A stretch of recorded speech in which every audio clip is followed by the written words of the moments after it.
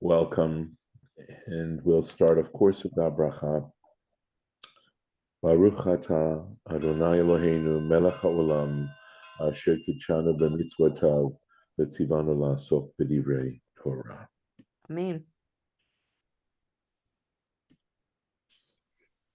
So I want to say a little something about yesterday. And really, so one thing you know is that I'm trying as best as I understand Judaism, not to present it in a sanitized form.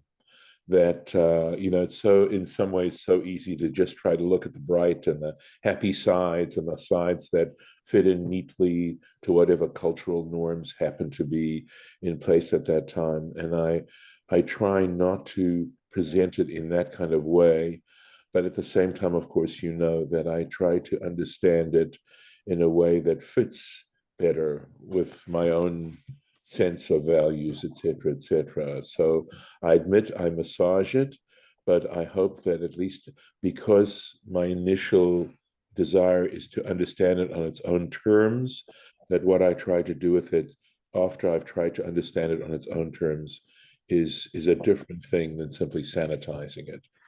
So I think that part of why we have difficulty with some of the concepts that we come across has more to do with our lack of understanding and not having a sense of the big picture, etc., etc. There's a wonderful statement in Pirkei Avot, and I'm not sure if it's Rabbi Akiva or Hillel. I believe it's one of those two. Say, never say, I will never understand this, because someday you will. So I felt the need to share that with you based on what we studied yesterday. However, what we go on with today is a clearer indication of the kindness that I believe is the underlying theme of this parsha. So give me a moment and I'll see what I can do. Okay. All right. Give me a moment. So, So you are recording? I am recording. Okay, I just don't see where it says that. It should have told you that right at the beginning. Yeah, I just thought it usually indicates that. It's okay, go ahead. Yeah, I believe it is. So, Lo, you shall not. What shall you not? Tir'e et shor achicha, you shall not see the ox of your brother, or et seyo, or his sheep, nidachim, wandering, v'hit alamta, and you ignore mehem, you ignore them. Hit alamta literally would mean you remain silent. But essentially what it's saying is you see these animals, you recognize that these animals belong to someone you know, at least that might be what it means, all right? But your brother, right? That's what I'm trying to riff on, right? And ignore them. Hashev teshivem la'achicha. You shall absolutely, you must return them to your brother. So you'll see it'll go on to something else, but at least basically it's saying it's someone you know, you see their property, you see their livestock wandering around, clearly lost. You have to tell them, you have to return it to them. So again, an essential act of kindness. So Rashi on Vehit Alamta. So literally he translates it as Kovesh ayin, conquer one's eye. In other words, try to pretend you don't see it. Ki'ilu eino ro'ehu, as if he doesn't see it. Lo tir'eh v'hit'alamta, you shall not see it and go ahead and ignore it, right? Lo tir'eh oto, you shall not see this sheep or ox, shetitalem mimenu, in a way that you ignore it, that you pretend you're blind of it. You're blind. Oh, sorry. Italem means to be silent, right? That you should be silent of it. Forgive me. All right. Zehu pshuto. That's the simple meaning of it. Pretend like you didn't see it. Just remain silent. And this is Baba Metzia, page 30. Verabotenu Amru. Okay. And however our rabbis interpret, Pa'amim sha'ata mit alem v'chule. So our sages have said that there may in fact be times when you do remain silent. So that is because of the way that it is written, right? That it uses this term, vihit alamta, right? That it does that. So it's there.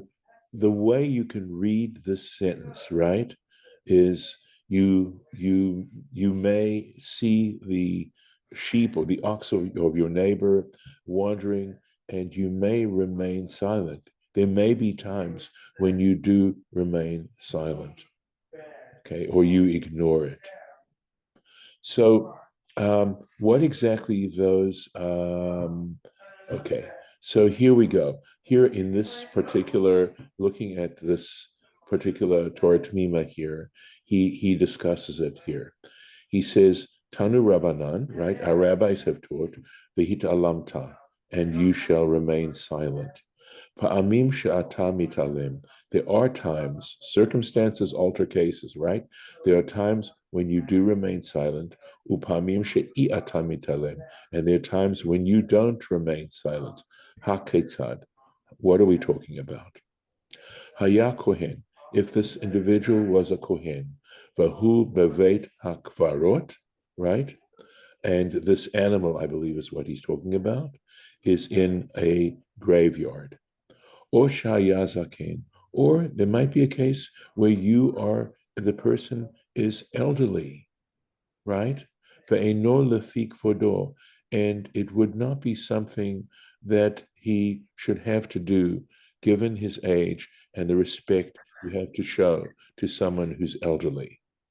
Or shahaita melacha shelo meruba, or if he was extremely busy, that the work he was taking care of, or the labor he was involved in, was overwhelming, right? Tremendous. Michel Chavero, more involved than his neighbor, right? That what he had to get done was something far more intense than what his neighbor was doing. L'chach ne'emar, and for this reason it states, "V'hit alamta mehem," you shall remain silent from them. Now there's this footnote here and a Torah Tamima comment. I'm not going to do it right now. If I have a chance, I may take a quick look at it and see if it's something I want to share with you at our next lesson. But at least he's giving you some specific examples where this law is ruled by its circumstances. So there we are.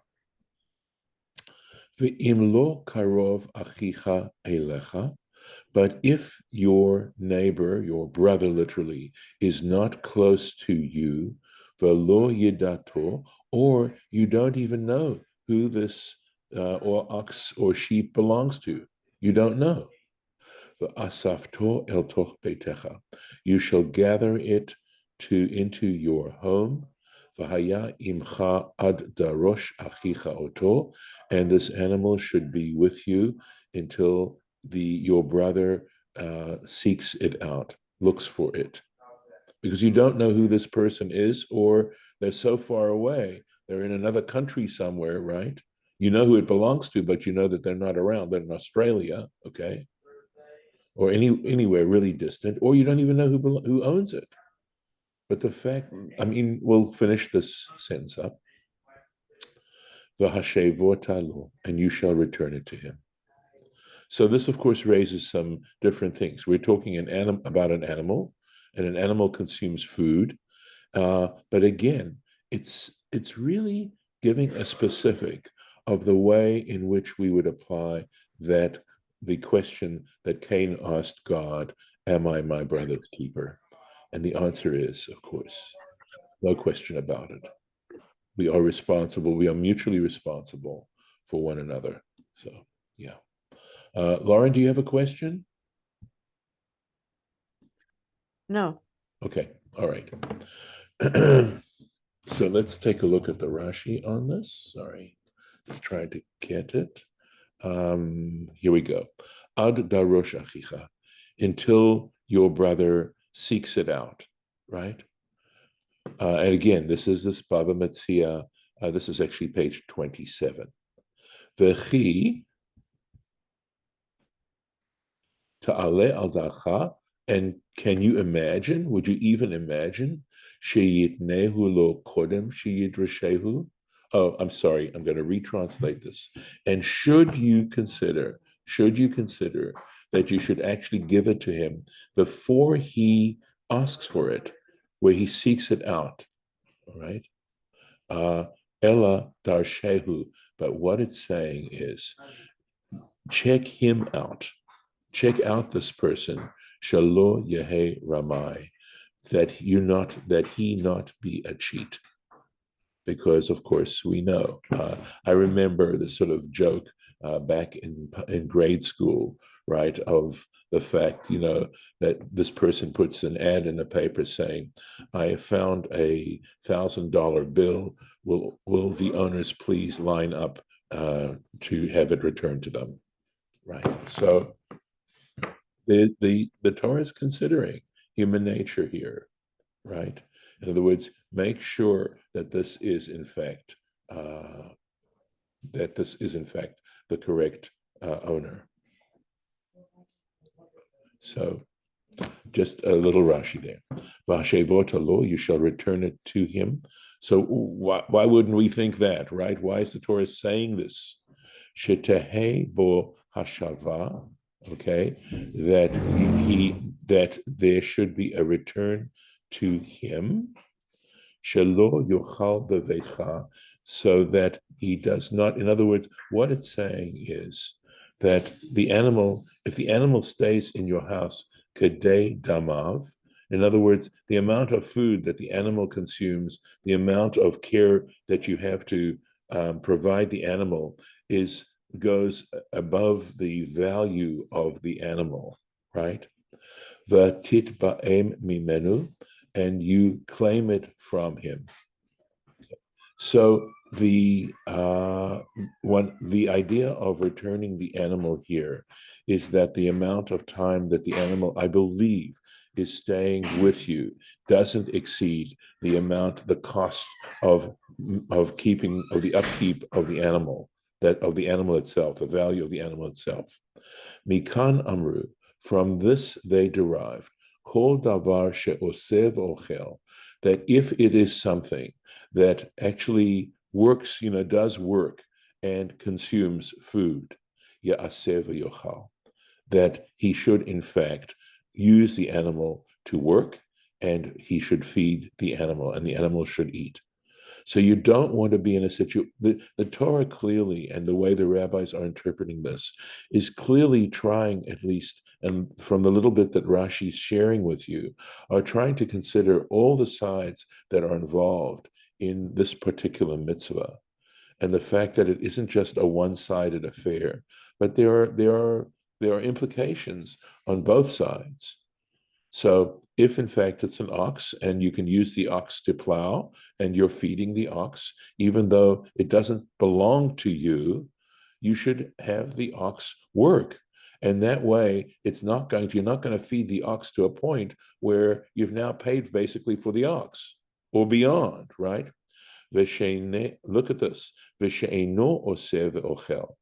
something that does not in fact perform labor for you, but it consumes food, yim kor, he should sell it. Excuse me 1 second.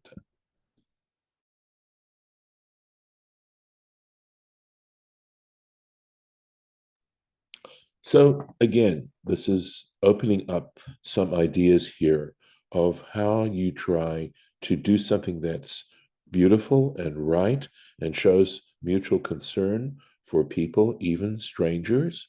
But at the same time, it's not that the Torah is expecting you to make major sacrifices here.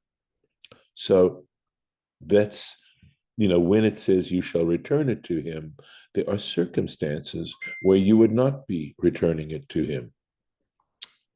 And likewise, you should do lechamoro for his donkey. And likewise, you should do it for his clothing. And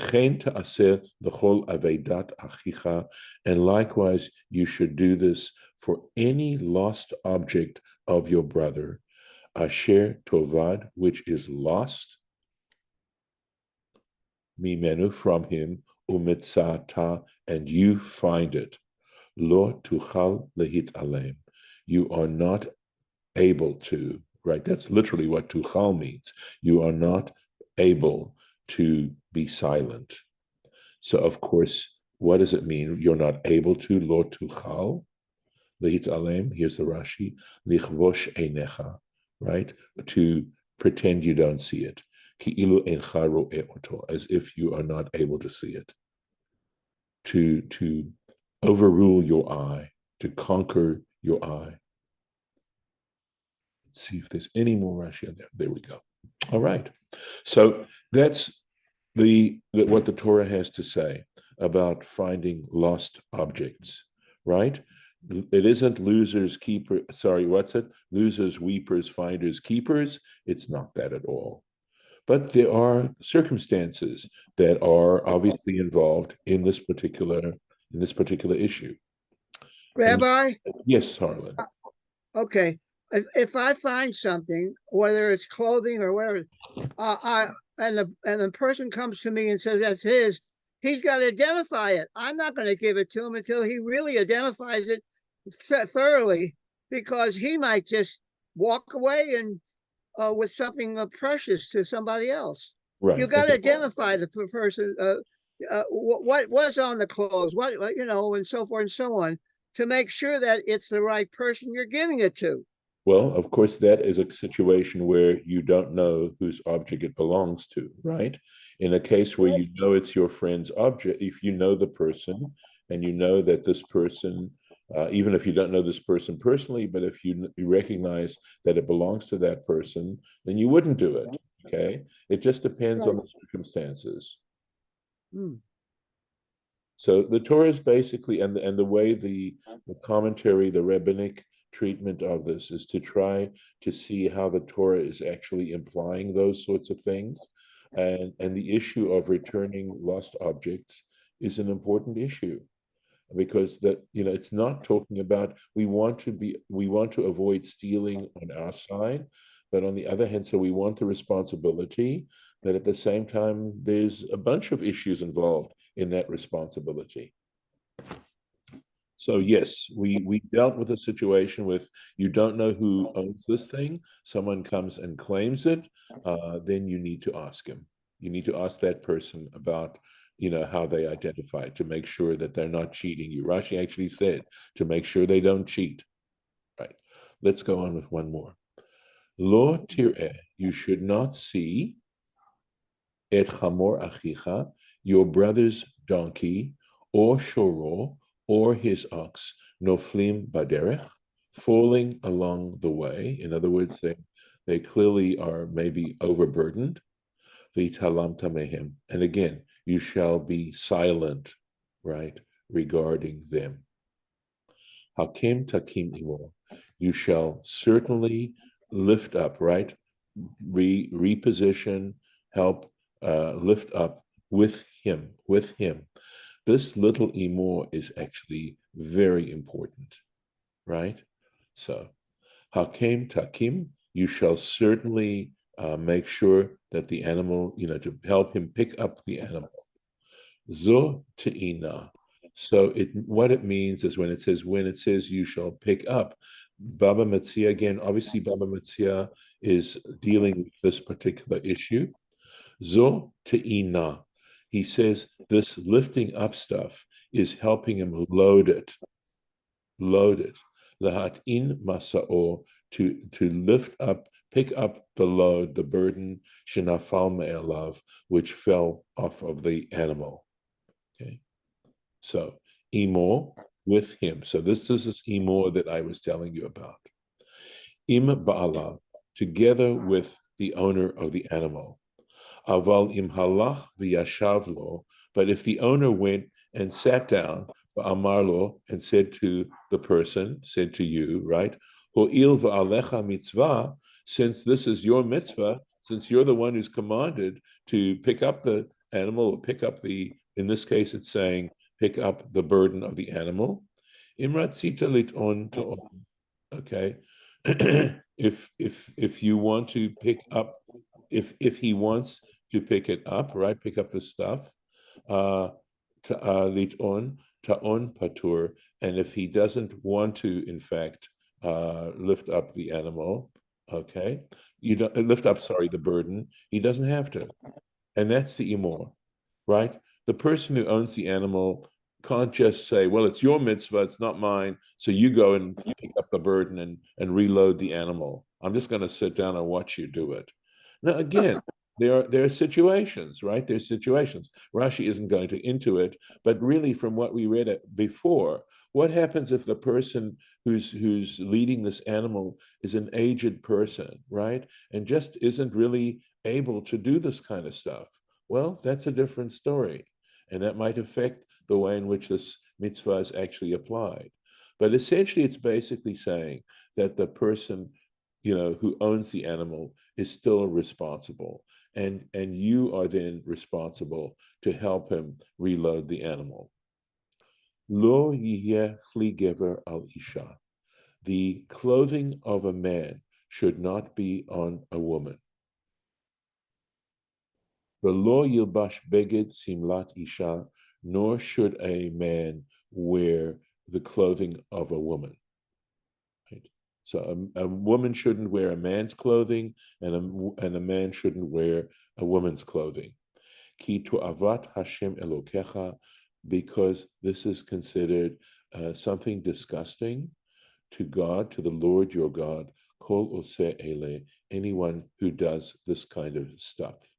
Now, the Torah is the commentary is going to say that there is something behind this particular statement, okay, and you'll see. I believe Rashi is going to help us understand. So, lo yeh kli gever alisha, a woman should not wear a man's clothing. And by the way, there's of course a lot of other commentary as well. This is in the Sifrei, also in the Talmud, Nazir. Look, either this is, it could be Pei Aleph, that would be 81, etc. Shetahe domeh le'ish. The idea is that she shouldn't look like a man, kedei shetelech ben ha'anashim, so that she can go around men, meaning to be promiscuous.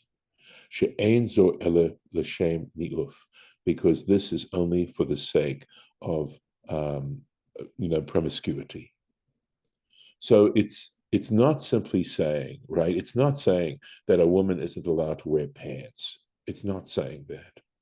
It's saying that there's a purpose behind this, that someone who does this in order to try and act in a promiscuous way, that is the nature of this. V'lo yilbash gever simlat isha, nor should a man wear the dress of a woman, leilech leishev ben anashim, in order to go and sit amongst the women, etc. Davar acher. So there is another interpretation here. Shelo yashir sa'ar ha'erva. What it's saying here is that one should not remove a pubic hair, the pubic hair.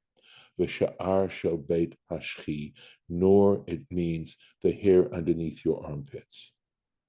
This is referring to a man, shouldn't be doing that.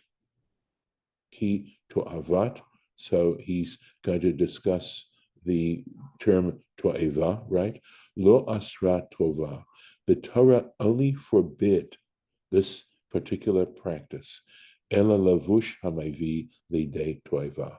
It's referring to clothing that is seductive. That's what that the Torah is referring here to, seductive clothing. So look at this. Look at how, we see the written Torah, the way it's written, and here there is an interpretation that certainly modifies looking at this in a purely literal kind of way. And clearly the tradition is trying to understand what is going on here. So I'm going to stop right here. There's a whole new mitzvah that we're going to be reading here. So give me a moment while I mark the page.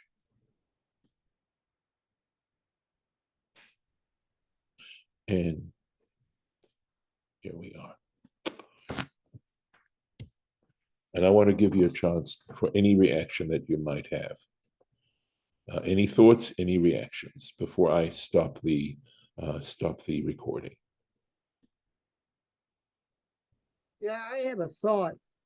If I saw not my neighbor, but a person that I have, thoughts about, I mean, he's my enemy, and I see that he's difficulty. I mean, he's in an accident, he can't get out or something like that of the car. Should I pass over and say, forget it, I'm not going to help him? Right. What do you think, Harlan? What do you? Well, I would help him. Even if he's my enemy, I'd get him out of that car. I don't want him to die. So the Torah actually says it elsewhere, not here, but elsewhere. The Torah mentions that this person might be your enemy, but you still have to help them, and that's why I'm saying that kindness is above all, right? That acting in a kind way, and part of understanding the nature of kindness means not reacting in a retaliatory kind of way. There is such a temptation on the part of people, of all of us, some more so than others, to act in a retaliatory way. And the Torah is very clear about the fact that we should not, it says, right? You shouldn't take revenge and you shouldn't even bear a grudge. And being kind involves not retaliating and doing everything you can not to bear a grudge. And here the Torah is giving, some specific examples of how the only thing that's going to transform this world is kindness. And the more we see what's going on in this world, that is the absence of kindness, it's really sad. It really is sad. So I'm going to stop the recording here.